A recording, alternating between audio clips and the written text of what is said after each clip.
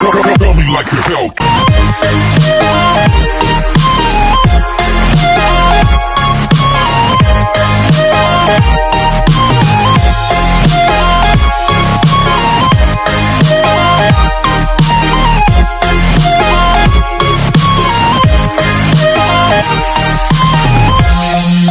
Hello guys, welcome back to my YouTube channel. So guys, मैं आज आपके लिए एक बहुत ही अमेजिंग कोरियन ड्रामा लेकर आई हूँ जो अभी रिसेंटली रिलीज़ हुआ है। इस ड्रामे का नाम है लव एंड कॉन्ट्रैक्ट। बेसिकली एक रोमांटिक कॉमेडी ड्रामा है जिसमें दिखाया जाएगा कि हमारी शो की फीमेल लीड जो बहुत ही अट्रैक्टिव, टैलेंटेड और चार्मिंग है, पार्क मेन योंग, जो कि चोई सांग यून का रोल प्ले कर रही हैं। वो इस ड्रामे में सिंगल लोगों को कॉन्ट्रैक्टेड वाइफ की सर्विसेज प्रोवाइड करती हैं जिनको इनकी ज़रूरत होती है, जैसे कि पार्टीज, गेट टुगेदर या फैमिली को दिखाने के लिए। ये मैरिजेस कॉन्ट्रैक्ट बेस्ड मैरिजेस होती हैं। और इस ड्रामे के आगे के एपिसोड्स में हमें दिखाया जाएगा कि कैसे चोई सांग यून अपने दो क्लाइंट्स के बीच फंस जाती हैं। एक तो उनका बहुत पुराना क्लाइंट जुंग जी हो होता है जिसके साथ उनके मंडे, वेडनेसडे और फ्राइडे के कॉन्ट्रैक्ट डे साइन हुए होते हैं, और दूसरा उसका न्यू क्लाइंट कांग हे जिन जो उसके साथ कॉन्ट्रैक्ट साइन करना चाहता था ट्यूसडेज, थर्सडेज और सैटरडे को। और मैं आपको बता दूं कि इस ड्रामे के टोटल 16 एपिसोड्स हैं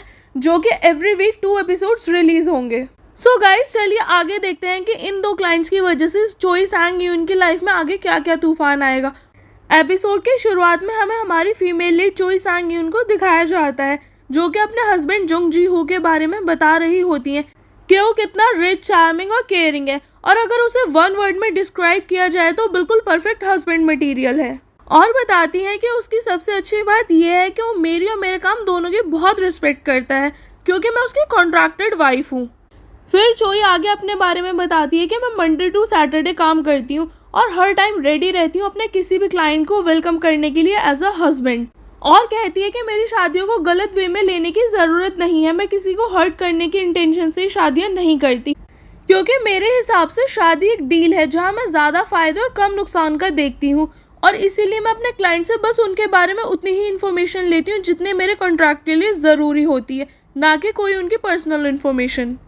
और फिर हमें एक रेस्टोरेंट का व्यू दिखाया जाता है जहाँ चोई अपने क्लाइंट से मिलने जाती है जिसको उसके लुक्स की वजह से रिजेक्ट कर दिया था सबने, यहाँ तक कि उसके खुद अपने फ्रेंड्स तक उसे बुली करते थे। और इसीलिए वो आदमी चोई से मिलने आता है क्योंकि उसे चोई को अपनी फेक वाइफ बनाकर अपनी स्कूल रियूनियन पार्टी में लेकर जाना होता है, और चोई उसके साथ कॉन्ट्रैक्ट भी साइन कर लेती है। और बाद में चोई उसे एक वेडिंग रिंग का पेयर दिखाती है जो कि उसने अपने अलग अलग क्लाइंट्स के लिए कस्टमाइज कराई हुई होती है अलग अलग डिज़ाइन से। बाद में चोई अपने उसी क्लाइंट के साथ उसकी रियूनियन पार्टी में जाती है जहाँ चोई के लुक्स और उसके प्रेजेंस ऑफ माइंड को देखकर उसके क्लाइंट के सभी फ्रेंड्स हैरान हो जाते हैं। फिर चोई आगे बताती है कि चाहे कोई भी ज़रूरत हो, एक सिंगल आदमी को एक वाइफ की ज़रूरत पड़ती है, और वो भी एक एक्सपर्ट वाइफ की। और कहती है कि मैंने अभी तक 100 शादी करी है जहाँ कुछ लोगों ने family pressure, property, get together के लिए शादी की है, और इन शादियों से मुझे बहुत फ़ायदा भी हुआ है जहाँ मुझे पेमेंट्स के साथ साथ बहुत सारे ज्वेलरीज और गिफ्ट्स भी मिले हैं।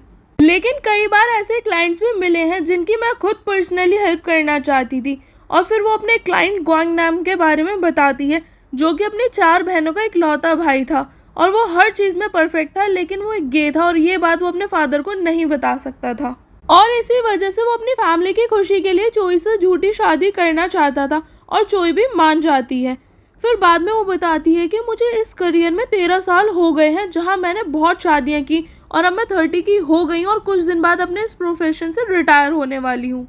लेकिन मुझे अपनी ज़िंदगी से कोई शिकायत नहीं है क्योंकि जब भी मैं उन सब लोगों की खुशी देखती हूँ जिनकी मैंने आज तक हेल्प की तो मुझे बहुत खुशी होती है।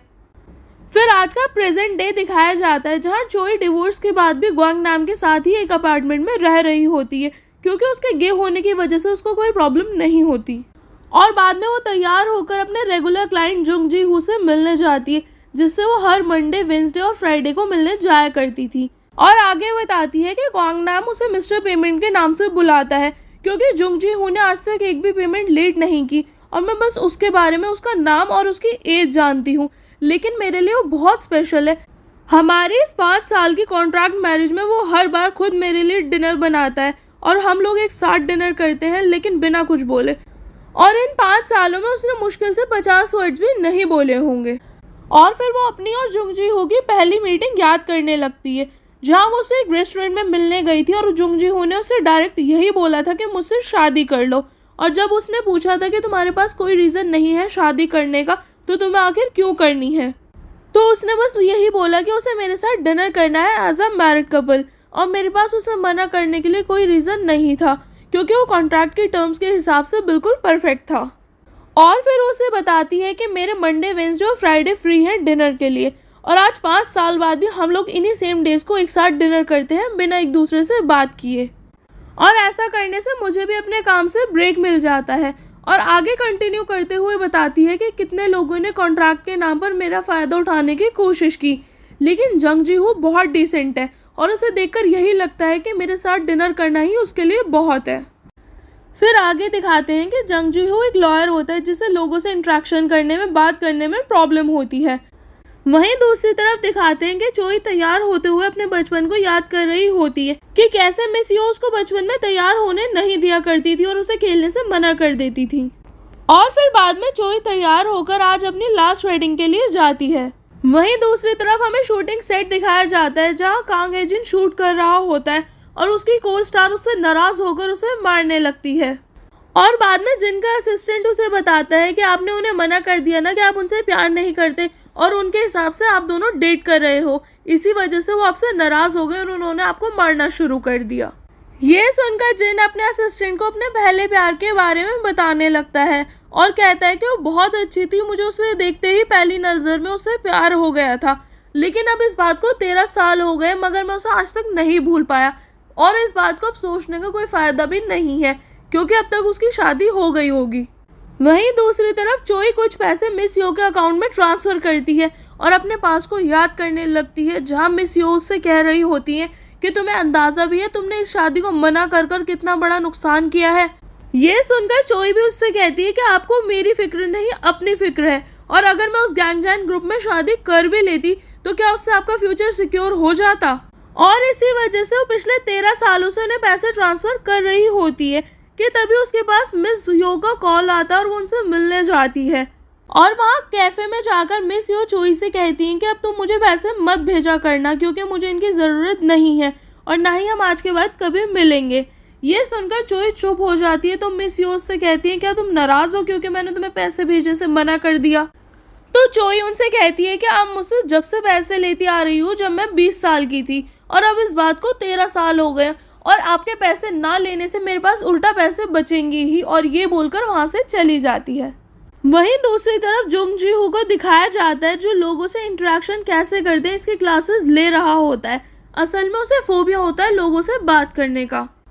और चोई भी अपने क्लाइंट से मिलने जाती है जो उसे अपनी बेटी के स्कूल फंक्शन में लेकर जाता है और वहाँ चोई को अपने डैड के साथ देखकर वो बच्ची रोने लगती है और इसी वजह से चोई वहाँ से बाहर आ जाती है। तो वो क्लाइंट उसके पीछे आकर उस पर गुस्सा करता है और कहता है कि हमारी 2 घंटे की बात हुई थी, तुम ऐसा कैसे कर सकती हो। तो चोई भी उससे कहती है कि मेरा कॉन्ट्रैक्ट आपकी वाइफ बनने का है ना कि आपके बच्चों की माँ, और इसी वजह से उन दोनों के बीच लड़ाई हो जाती है जिसकी वजह से चोई वहाँ से चली जाती है। और रात को चोई ग्वांग नाम के साथ बाहर आई हुई होती है जहाँ ग्वांग नाम उसको उसके रिटायरमेंट की पार्टी देता है, लेकिन तभी ग्वांग नाम की नज़र कांग एजिन पर जाती है जो कि अपने असिस्टेंट के साथ वहाँ आया हुआ होता है। तो ग्वांग नाम चोई को बताता है कि जिन के बारे में बहुत र्यूमर्स हैं कि ये गे है, इसीलिए ग्वांग नाम उससे मिलने जाता है क्योंकि वो भी एक गे होता है। और उसी टाइम चोई के पास जुंग जी हू की कॉल आ जाती है जो कि उससे कुछ सवाल करता है जो उसके टीचर ने उसे दिए होते हैं कि लोगों से बातचीत कैसे शुरू करते हैं और लड़कियों के फेवरेट ब्रांड, कलर सब के बारे में जानता है। वहीं ग्वांग नाम जिन को इशारा करता है लेकिन जिन उसके इशारे को गलत समझ लेता है और उसे लगता है कि ग्वांग नाम एक रिपोर्टर है जो उसे शूट कर रहा है, और इसी वजह से ग्वांग नाम और जिन के असिस्टेंट की लड़ाई हो जाती है जिसे देखकर ग्वांग नाम तो बचकर वहाँ से चला जाता है मगर चोई वहाँ आकर ग्वांग नाम को बचा लेती है। फिर बाद में जब चोई घर आती है तो उसके पास मिस यो का मैसेज आता है जो उससे कहती है कि मैं आज से ये नंबर यूज़ नहीं करूँगी और मैं तुम्हारा नंबर भी डिलीट कर रही हूँ, इसीलिए अपना ध्यान रखना। ये देखकर चोई अपसेट हो जाती है लेकिन फिर अपने आप को नॉर्मल करते हुए ग्वांग नाम से बताती है कि मेरा कर्ज अब पूरा हो गया है इसलिए मैं अब कहीं भी जा सकती हूँ। तो ग्वांग नाम भी उसे सजेस्ट करते हुए कहता है कि कनाडा चली जाओ, लेकिन फिर उससे पूछता है कि तुम आखिर वहाँ जाकर करोगी क्या। तो चोई उसे अपनी ट्रॉफीज की तरफ इशारा करती है और दिखाती है जो उसने अलग अलग प्रोफेशंस के लिए जीती हुई होती हैं। फिर अचानक से चोई को जुंग ह्यू के बारे में याद आता है और वो कहती है कि मैं इतनी इंपॉर्टेंट बात कैसे भूल सकती हूँ कि मुझे अपना कॉन्ट्रैक्ट ख़त्म करने से पहले 1 या 2 महीने पहले अपने क्लाइंट को बताना पड़ता है। और कहती है कि जुंग ह्यू तो मेरा बेस्ट क्लाइंट है। ये सुनकर गोंग नाम उससे पूछता है कि तुम उसे पसंद करती हो ना, लेकिन चोई उसकी बात का कोई जवाब नहीं देती। फिर दिखाते हैं कि कुछ दिन ऐसे ही बीत जाते हैं, लेकिन चोई जुंग हू से अपने कॉन्ट्रैक्ट ख़त्म करने के बारे में नहीं बोल पाती। और फिर एक दिन चोई जुंग हू से मिलने जाने के लिए तैयार हो रही होती है कि तभी उसके पास उसके पहले के क्लाइंट का फ़ोन आता है जो उस छोटी बच्ची का डैड था, और वो उससे अपने उस दिन के बिहेवियर के लिए माफ़ी मांगता है। और बाद में जब चोई जुंग हू से मिलने जाती है और उससे जैसे ही हिम्मत कर ब्रेकअप के बारे में बोलने वाली होती है, इससे पहले जुंग जी हू उससे कहता है कि मुझे लगता है अब हमें कॉन्ट्रैक्ट ख़त्म कर देना चाहिए। और उस टाइम चोई को देखकर यही लग रहा होता है कि उसे इस बात का बहुत दुख होता है। फिर हमें नेक्स्ट सीन में दिखाया जाता है कि अगले दिन चोई कुछ स्टार्स बनाकर उस बच्ची के स्कूल ले जाती है और उस बच्ची की ड्राइंग पर लगा देती है और उससे फ्रेंडशिप कर लेती है।